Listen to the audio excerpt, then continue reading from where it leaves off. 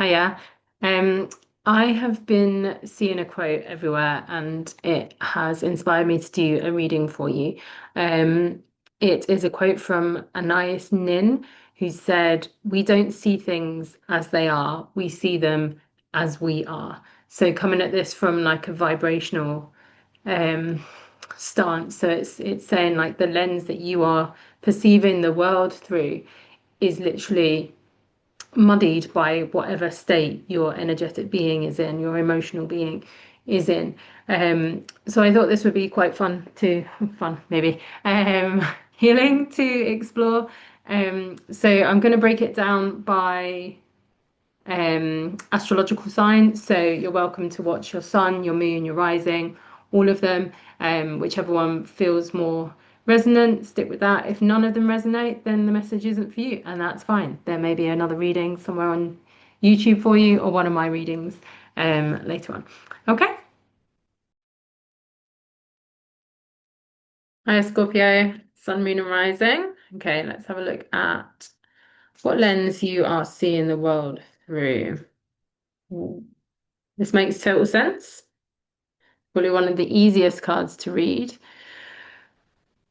The Eight of Swords. This is limiting beliefs. This is lies that you tell yourself about what you're capable of in the world and what your life can be and all of that kind of stuff. Yeah. So swords in the tarot represent, I mean, it can be words, it's communication, but it's also thoughts. It's everything to do with the cerebral kind of realm. Okay, so in the traditional deck, it wouldn't be bars, it would be the ladies surrounded by swords that are creating a cage, basically. And she's got a blindfold on, she's tied up, she can't see things properly, she can't move, um, and she thinks she's trapped. Okay, so like this woman in the cage, she's trapped, but she's looking down or blindfolded. Okay, but she's only loosely tied in the traditional deck. This one's not even tied. You are fully capable of shifting your view and looking around and seeing that you're not trapped. This cage is open and she's got massive effing wings, beautiful wings that you can fly out of your cage with. Okay. All you need to do is shift your perspective away from these things that you're telling yourself. So limiting beliefs are things that you tell yourself, the coulds, the shoulds, like who am I to do this? I can't do this because X, Y, and Z. They can do it because X, Y, and Z. I'm not them. Blah, blah, blah. Lies, lies, lies. Okay. So where did this come from? Scorpio. Hmm. Queen of Pentacles. This is coming through as a mother figure or a whoever took on that role for you in your life. So in whatever upbringing you had, if there was a mother figure, whether it's a grandmother, a carer, a teacher, somebody who assumed that role if you didn't have your actual mother, a mother there. It's not necessarily that they have said these things to you and said you can't do this, who are you to do this? It's not necessarily even, it's not that this is a bad person to that this your limiting beliefs come from them. It could be what you've witnessed in them. So if you think, our primary caregivers are our first sort of perception of what's possible in the world.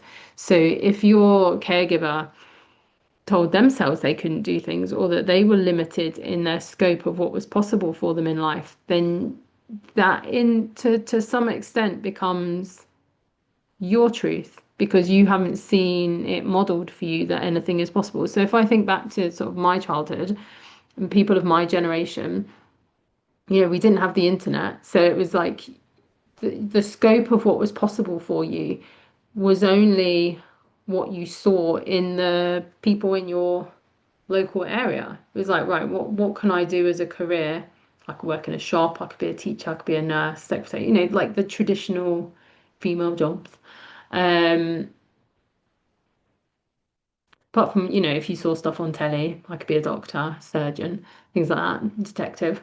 Um, but now, like with the internet, anything's but like it's all possible, like it's not even that to be a celebrity you had to live in America and be spotted or be Kate Moss and be seen somewhere. And it was now there's so much more is possible because you see it modeled with ordinary people doing extraordinary things. But somewhere in your childhood, it was modeled to you that your life and your possibilities are limited in some way. And so you've created this cage of lies for yourself because, as I've just said, we know anything is possible because if Susie down the road can become an astronaut, you can become an astronaut because why not? So, how do we clean this up? Ah, I like this. Okay, how can we clean this up? Okay, so you got the world. So straight away, this is I think of the internet with the world because of the classic World Wide Web, www. Okay. And the world is your oyster. You have the world in your hands, like all these idioms, like of what is possible. You are moving into a time of change, a big change. This is like ideology changing within you kind of thing. So the world is the final card in the major arcana in the tarot. So the major arcana is like your soul's journey through life. And when you reach the world, that doesn't mean you die because you're at the last card. You go back to the beginning, to the Fool, with a new adventure, a new leap of faith, fresh energy. Okay. So the world, when it comes out, is a completion of a cycle. It's the culmination of something. So this would suggest that these limiting beliefs, sorry, a big truck just went past, um, are coming to a close. Yay! And it's all happening when it's supposed to, because this is from the major arcana, which is, as they say, it's your soul's journey through life. So this is all happening when it's supposed to happen to get you back on your divine path to open up the new possibilities of the Fool kind of energy. So that feels, I'm excited. I hope you are. Okay, so the truth for Scorpio.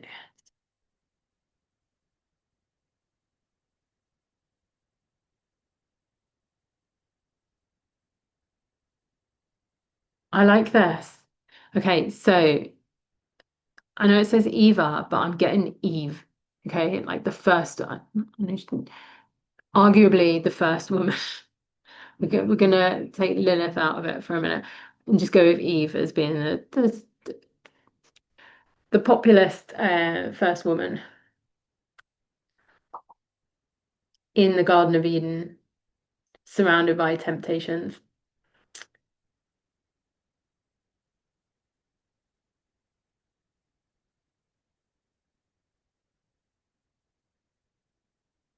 You can create heaven on earth. Okay, so that's like the Garden of Eden isn't separate. Like we're living in it. It's all here. Like we live in an abundant world. Like there is more than enough. I know there's people hoarding it, but there is more than enough. And you don't need to feel limited because there is this overflow. Like here, I know it looks like tentacles and things, but it's like it's got this overflow kind of energy. It's got